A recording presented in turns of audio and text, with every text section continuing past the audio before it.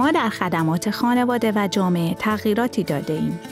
می‌دانیم برای بسیاری از شما حضور در دفاتر ما دشوار است. به همین خاطر شما را با درخواستنامه‌های آنلاین جدیدمان آشنا می‌کنم که برای ساده‌تر کردن کار با ما طراحی شده است. مزایای بسیاری برای تسلیم فرم شما به صورت آنلاین وجود دارد. می توانید فرم را 24 ساعته تسلیم کنید. با هر ابزاری در هر زمان و مکانی که می خواهید این کار را انجام دهید. فرایند ساده‌ای دارد. فقط باید به پرسش‌هایی که به شما مربوط می شود پاسخ دهید.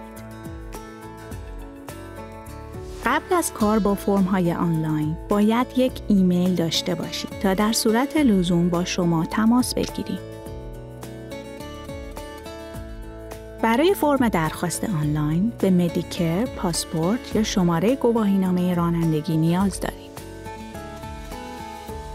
نشانی اینترنتی که باید استفاده کنید عبارت است از www.housingpathways.nsw.gov.au. برای استفاده از فرم آنلاین باید ثبت نام کنید. کافی است نام، تاریخ تولد، ایمیل و کلمه عبورتان را وارد کنید. به محض ثبت نام لینکی ارسال می شود که با آن در هر جا به فرم آنلاین دسترسی خواهید داشت. بیایید به فرم درخواست کمک مسکن نگاه کنید. فرم آنلاین پرسش‌هایی دارد که باید پاسخ دهید. می توانید کپی دیجیتال اسناد و تصاویر خود را برای پشتیبانی بارگذاری کنید. بارگذاری ساده است. روی زبانه بارگذاری زده و دستورالعمل‌های ساده را دنبال کنید. اگر نیازی به کمک داشتید، اینجا کلیک کنید تا به اطلاعات بیشتری دسترسی داشته باشید. نیاز نیست فرم آنلاین را یک بار پر کنید. می توانید آن را ذخیره کرده و بعداً که آماده بودید تکمیل کنید.